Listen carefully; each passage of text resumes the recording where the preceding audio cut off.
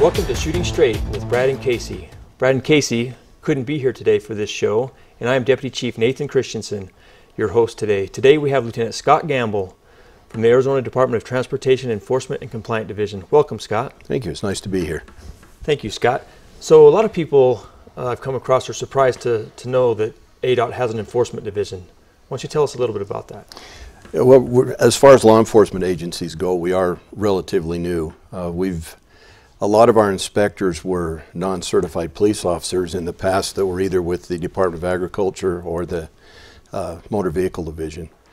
They created the Enforcement and Compliance Division as a law enforcement arm of the Department of Transportation, where we came into existence and manned the ports of entry, and we have different details and divisions within our Department of Transportation or within Enforcement and Compliance, where we enforce mainly commercial vehicle laws and enforcement, inspection of those vehicles, permit sales, and at the ports of entry. And we also have a mobile port operation that will man areas such as the rest areas where they put in virtual ports with the new technology that's available out there.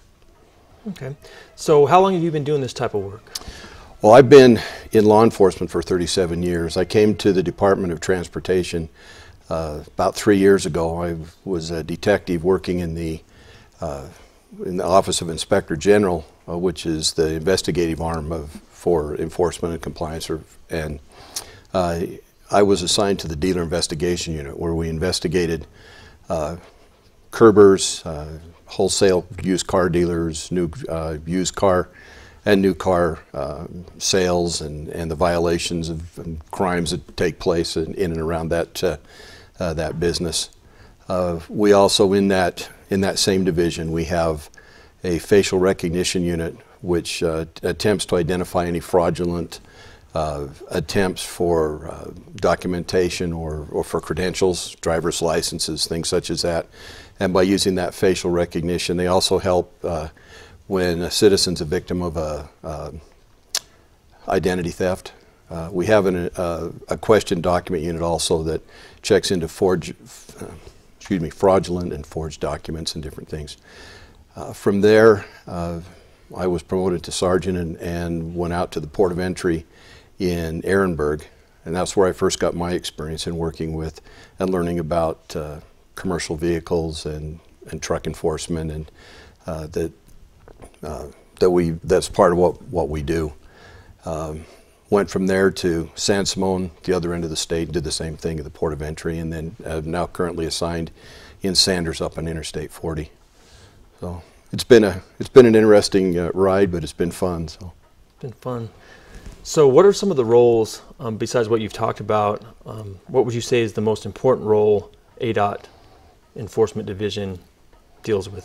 Well, our mission statement is just in short, it's the safe and efficient movement of commodities and people across the state, and that deals mainly with commercial vehicles that are coming in. That's our primary focus is on the commercial vehicles that come into the state, making sure that those vehicles are in compliance, whether it be their need for registration, the different permits that they need.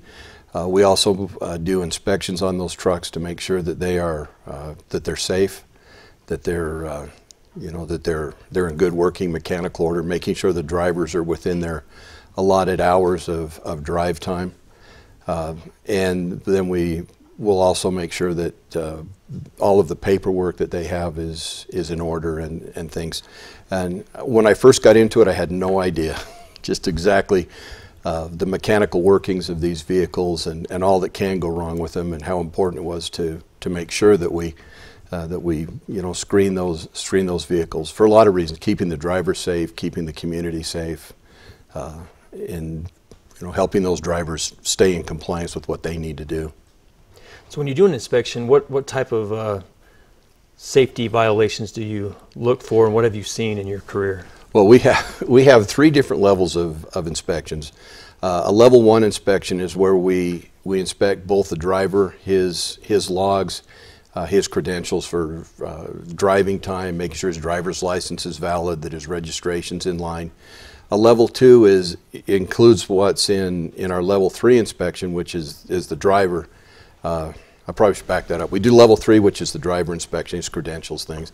Level 2 will be a walk around of the truck, including the credentials for the driver. And then our level 1 inspection is where we actually crawl underneath the truck, check the brake chambers. All of these trucks, the big trucks, the bulk of them operate on an air brake system.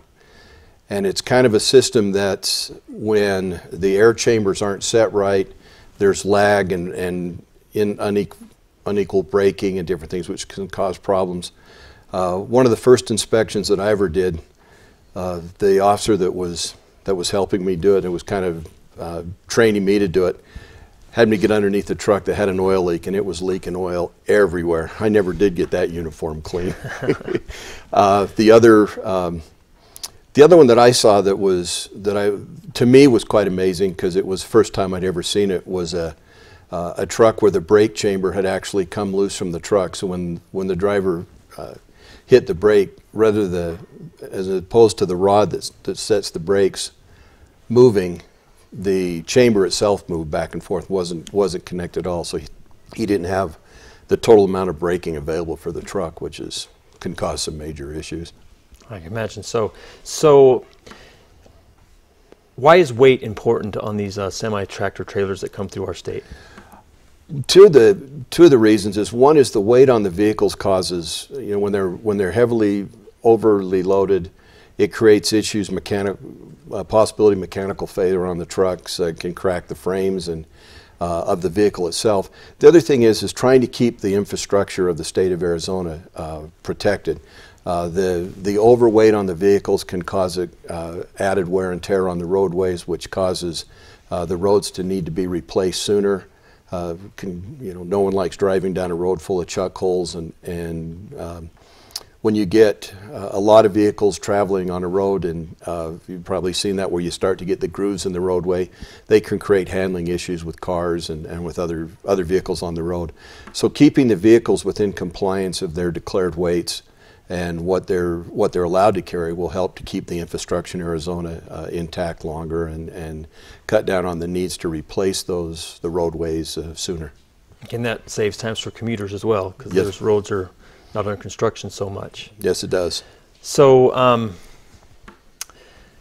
besides commercial vehicle inspections, what would you say is another important job that ADOT enforcement officers do?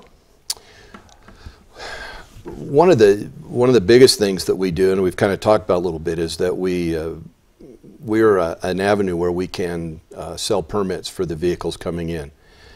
This allows us to make sure that all of the documentation they need to have are there. If we get a vehicle that, say, comes into the port with an expired registration, we can sell them a permit, which allows them to continue on down the road, and that they'll be in compliance while they're in the state of Arizona. Same thing, we have a use fuel permits that we sell them if they don't have their they call them IFTA stickers. It's a International Fuel Tax Agreement. One of the other things that we do, and it's another unit that I don't want to leave out, they'd be pretty mad at me, is we have a tax evasion unit. It's our dyed fuel unit. And what they do is they look for vehicles that are using dyed fuels. There's certain fuels that these trucks have to use that are taxed. There's other there are groups that are allowed to use fuel, such as farm equipment, as an example, that's not on the roadway, that uses diesel that they don't have to pay taxes on. So to save money, a lot of times we'll find some vehicles where they've tried to fill up with the dyed fuel and get away with not having to pay the taxes on it. So that's an area that they do enforcement on also. Okay, so I want to divert back to the weight of vehicles. If you have a truck that comes through the weigh station or the port of entry and they're overweight, what action do you take to get them into compliance? Well, there's two types of overweight. If they're overweight on an axle, each axle is allowed so much weight they can carry. If they're overweight on the axle and it's a reducible load, which is something that they can move move part of the weight or part of their cargo over another axle, we'll have them adjust their weight, and then it will depend on how much overweight they are, how much they can move, as to whether or not we issue a citation also for being that overweight. If they come in over their declared gross, there's no way they can adjust without actually taking that, without taking part of their cargo off. Usually where we run into problems with that is the car haulers, and they'll have to drop a car and go into wherever they're going to go and then come back and pick it up to get them into compliance. And those are also, when they come through, it's pretty much a zero tolerance as far as when they're over gross, they get cited, and those are some pretty hefty fines in those citations, so they take it very seriously. I can imagine. So earlier when I first met you, we started talking that you had a conversation with someone that didn't realize that you wear a weapon, carry a weapon. Yeah. So a lot of people don't know that ADOT enforcement officers are Arizona Post certified. They're the board in Arizona that certifies peace officers. Why is it important that the division have law enforcement officers? Well, there's a lot of the things we've talked about as far as those different violations that we investigate are criminal violations. Therefore, you need to be certified to effectively enforce those laws. We're armed because of the fact that any law enforcement agency, and unfortunately anymore, a lot of wearing a uniform kind of marks you in the community, and a lot of different places. It's getting much more violent out there. Even though we work in the ports of entry and we focus on vehicles or commercial vehicles, we are certified police officers, and we're authorized as any other police officer in the state to enforce laws anywhere in the state of Arizona. And at times, if called upon, we can do that. We pretty much try to stay focused on our area, but we do provide assistance if we get calls from the Department of Public Safety or other agencies out there. We're more than willing to respond and assist them if they need to be back on a case. Probably one of the best examples and the interaction that we have with specifically the Department of Public Safety was this last summer when they had the dust storms down in San Simon, and we were first on the scene. DPS had called, so they're trying to get officers out, but the visibility on the interstate was down to about zero. I was one of the first ones on the scene there, and as I came across the median, there were trucks coming through the sandstorms at about 65 miles an hour. So we had to get them slowed down, because in that lane, on the number 2 lane, there was a piece of fire equipment, 3 other vehicles, and a police vehicle that had all been involved in a chain reaction crash. So trying to get those vehicles slowed down to prevent loss of life and property damage. We started with that by shutting the freeways down. We coordinated between us, New Mexico State Patrol, and then also with Department of Public Safety. So we worked together to slow traffic down to get a safe result. And actually it worked out very well. No one was injured. There was no fatalities. And we were able to safely get traffic off the freeway until the dust storm subsided. Okay, that's good. So you do a lot of commercial truck inspections. What about passenger vehicles? Do you inspect those as well? We do. We have inspection bays around the state. The bulk of them are in the Phoenix area. There's also an inspection bay at the MVD office, or Motor Vehicle Division office, in Tucson, where if people are buying cars needing a vehicle inspection for a discrepancy with their title, they can go to those places. We also have officers assigned around the state that will go around and meet with people and do their inspections either on site or have them come to the port of entry. I currently have one officer from my port that is based out of Show Low that travels all over the place and does those inspections about all week long. So. And in those inspections, what are they looking for in specific? Specifically, they're verifying that the VINs that are on the vehicle match the paperwork, that they're determining whether they're not stolen, that all of the paperwork's in order, and they can verify that the VIN numbers on the vehicle, the vehicle identification number, which are located in numerous places on the vehicle, they check all those to make sure that they all match up. And if you were to come across a stolen vehicle, what action would you guys take? We would do the same as any other agency would. We would initiate a police report, do a recovery on it, notify the agency that was involved in who reported it as a stolen. We would also make sure that the vehicle itself was taken out of the national computer, so there's no longer a search for it and things. And then a lot of it would depend on where it was stolen out of. If it's a local agency, we'd call the local agency, advise them we've got the vehicle, allow them to do the recovery if they wanted to, and to assist in that way. Okay, and then dealing with the person who brings the vehicle in, I mean, do you arrest that person, or is that the responsibility of the local agency? We can. A lot of it will depend on the circumstances behind it, and that comes to doing the investigation. Depending what information we have as far as the theft of the vehicle, will play a key role in how that would actually go. If we've got the person right there that is the person that was trying to run some sort of a fraudulent activity to get that vehicle legal so they could sell it or use it for themselves, it turned out to be the suspect, we would at least detain him until the agency that put it in, that has the case, was able to respond. If not, we would go ahead with our part in what we needed to do as a law enforcement agency. Okay.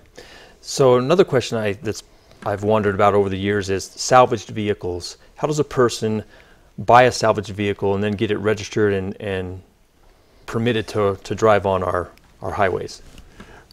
Very interesting question. From working in the dealer investigation unit, legally, you're not supposed to be able to sell a salvaged vehicle, but there are ways that you can get a salvaged vehicle title.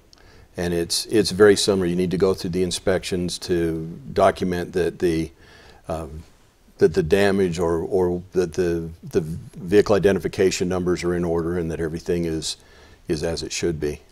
But by and large, a salvaged vehicle is one that's really only authorized to be sold to like a wrecking yard or a dismantler or things such as that. But it is possible to do. The difference is they need to make sure that they're getting a salvage or a recovered salvage as opposed to a salvage title. Well, thank you, Lieutenant Gamble, for being on the show with us today. It was quite eye-opening, and I had some questions that you answered for me, and I appreciate that. And thanks for joining us today on Sholo TV for Shooting Straight. Now stay tuned for our Most Wanted. The Navajo County Sheriff's Office is currently seeking the location of Alan Henry Janke. Alan is wanted on a Navajo County warrant from original charge of sales of dangerous drugs. Alan has been evading contact from law enforcement for the past several months and has not been able to be located in the Sholo White Mountain Lake area. Alan should be considered dangerous and a fugitive from law enforcement. If anyone has information about the location of Alan Janke, we encourage you to contact the Navajo County Sheriff's Office at 928-524-4050 or WeTip at 1-800-78-CRIME. A reward may be offered.